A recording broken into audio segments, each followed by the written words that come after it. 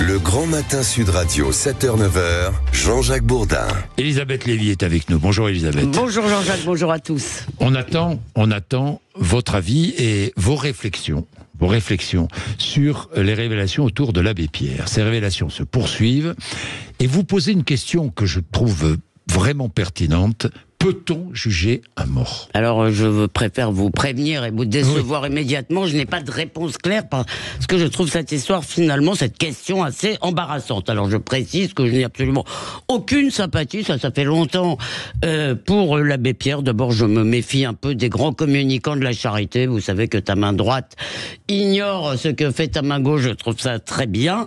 Et ensuite, parce que ça, c'était tout à fait connu, il avait clairement défendu le négationniste Garaudy, disons pour le dire par euphémisme que ce n'était pas un grand sympathisant des Juifs. Bref, jamais idolâtrer l'abbé Pierre. Par ailleurs, les témoignages sur son comportement passé donc sont complètement accablants. Alors il y a eu ce rapport début juillet fait par la boîte de Madame de Haas, mais quand même, cette femme qui aurait subi des agressions ou des comportements inappropriés entre 1970 et 2005. Hier, donc c'est la cellule d'investigation de Radio France qui publiait son nouveau lot de révélations sur une vingtaine de victimes, était-il écrit dans le papier, dont une de viol, semble-t-il, et une qui était mineure, mais c'est pas tout ça n'est pas précisé. Et il est aussi question d'un voyage aux États-Unis, au Canada, en mai 55, qui a été écourté, alors dans des conditions assez rocambolesques visiblement, pour cause de scandales sexuels. On l'a exfiltré vite fait du pays. Ensuite, il a été exfiltré par... Il aurait d'ailleurs, moi j'ai évidemment pas vérifié, mais enfin, ça a l'air sérieux. Il aurait donc été exfiltré dans une clinique psychiatrique en Suisse par sa hiérarchie, parce que visiblement il pouvait pas se contrôler.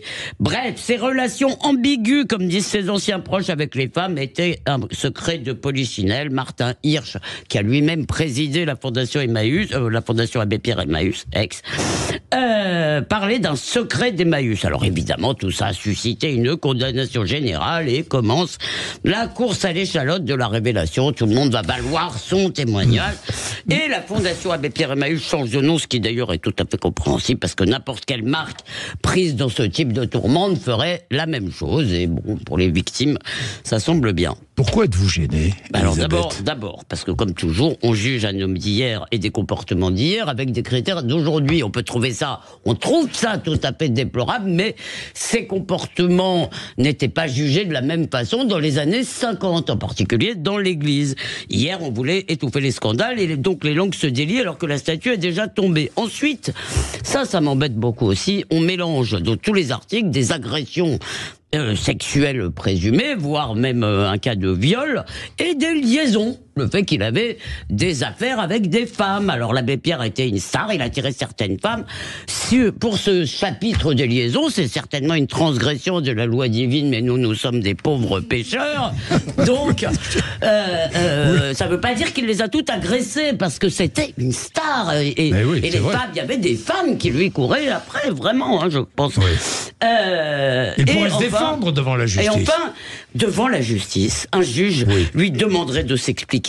Il pourrait dire comment il en est arrivé là. Je ne sais pas, parler de son enfance, je ne sais pas, de ses pulsions, je ne sais pas ce qu'il dirait, mais en tous les cas, il pourrait se défendre. Dans un procès post-mortem, il n'y a pas de défense, donc c'est un lynchage. On rivalise dans l'indignation sans danger, puisque plus on est sévère, plus on est vertueux. Alors vous me direz, peut-être qu'on porte des jugements sur Napoléon ou Attila. D'abord, ces jugements sont pas toujours très malins, mais enfin bon, le temps a fait son œuvre. Et Henri Grouès, donc l'abbé Pierre, n'est pas encore tout à fait, pas encore seulement un personnage historique. Alors bien sûr, il faut écouter quand elles sont encore vivantes les victimes présumées, mais il faut aussi avoir le courage de leur dire la vérité. La vérité, c'est qu'elles n'obtiendront jamais justice. On ne condamne pas à mort, on n'obtient pas justice après la mort du coupable présumé. Donc ça doit en plus nous faire réfléchir à autre chose pour conclure, c'est que cet homme était une icône, il était au top 10 des Français, des personnalités préférées des Français, avec son ami Bernard Kouchner d'ailleurs pendant des années et des années. Eh bien ça devrait peut-être nous inciter à être plus regardants sur les vendeurs de bons sentiments dont nous faisons des idoles. On peut être un symbole humanitaire et un sale type. Oui.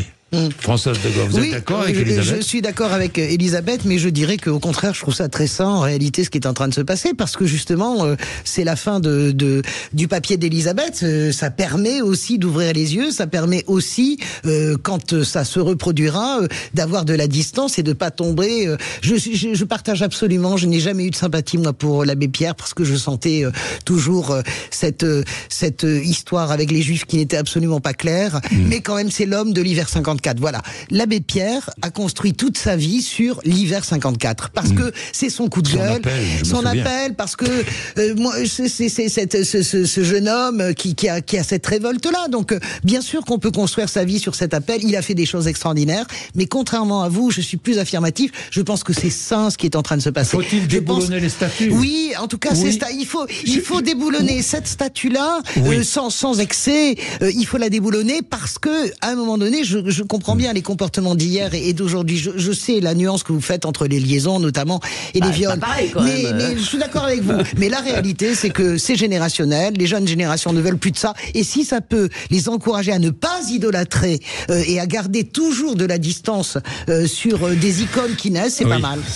C'est bien, c'est très bien, moi je trouve. Non, mais je vous l'ai dit, je n'ai pas de réponse, je suis simplement quand même gêné de voir. Dans tous les cas, vous posez la question. Voilà, bah oui, on entend toute la journée des condamnations d'un homme qui n'est pas là pour se défendre. Et vraiment, je vous le répète, c'était. Alors Radio France a publié quand même des lettres de défense, c'est-à-dire que dans le reportage hier de la cellule d'investigation, qui est quand même très bien fait, il y a plusieurs lettres où l'abbé Pierre clame son innocence, notamment il menace un peu l'étudiant qui est. Par rapport à sa hiérarchie, il est assez. Voilà, c'est un personnage. Comment dirais-je? C'est un personnage complexe. Moi, j'aime parce que ça dit la complexité aussi. Ce qui est en train de se passer nous dit la complexité des êtres humains. Voilà, ils ne sont pas monolithiques. Ça c'est un scoop. Hein. Non, mais j'ai bien fait de venir. Non, mais Elisabeth.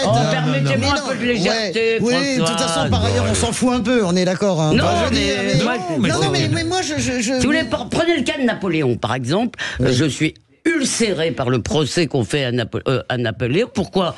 Parce que, oui, ça fait partie, le rétablissement de l'esclavage, qui est d'ailleurs beaucoup plus compliqué que ça, dans les colonies françaises. Oui, c'est très bien. Mais aujourd'hui, on interdit en quelque sorte de célébrer Napoléon, et on n'a pas célébré, le gouvernement français n'a pas voulu célébrer les 200 ans d'Austerlitz. Bien sûr. Mais on a le droit aussi de préférer Bonaparte à Napoléon. On a le droit de préférer le pont d'Arcole, si vous voulez, au 2 décembre. Oui. On a le droit de trier. Ce que je n'aime pas, c'est le wokisme. Oui, mais c'est pas du wokisme, ça. On a le droit. Mais moi, le wokisme, ça a un aspect très bien. Mais on a le droit de préférer dans ce personnage. Moi, je l'aime. On a le droit de préférer. On n'a pas le droit, Françoise, d'interdire aux autres. On n'a pas le droit d'être fasciste. On n'a pas le droit d'empêcher qui que ce soit. Enfin bon, voilà. Le gouvernement ne l'a pas fait. Il ne l'a pas fait. Point. Les gens savent juger. Ils sont pas cons, les Français. Pardon. 8h20. Ah, pardon, ma Jean-Jacques. 8h20. Oui. Qu'est-ce que vous pensez de Napoléon? Vous préférez Bonaparte ou Napoléon? Je ne vais pas voir le débat. J'adore. Non, et la corrida? Oui. Je défends la corrida. Moi, j'ai toujours dit. J'ai toujours dit que je défendais la corrida. Publiquement le dire, je vais me faire insulter sur les réseaux sociaux. Enfin, je défends la corrida. Je suis pas un fanat absolu de la corrida, mais j'aime cette tradition. Donc voilà. Mais surtout, il suffit de vouloir interdire ce qui vous déplaît. Non, mais je suis d'accord avec vous.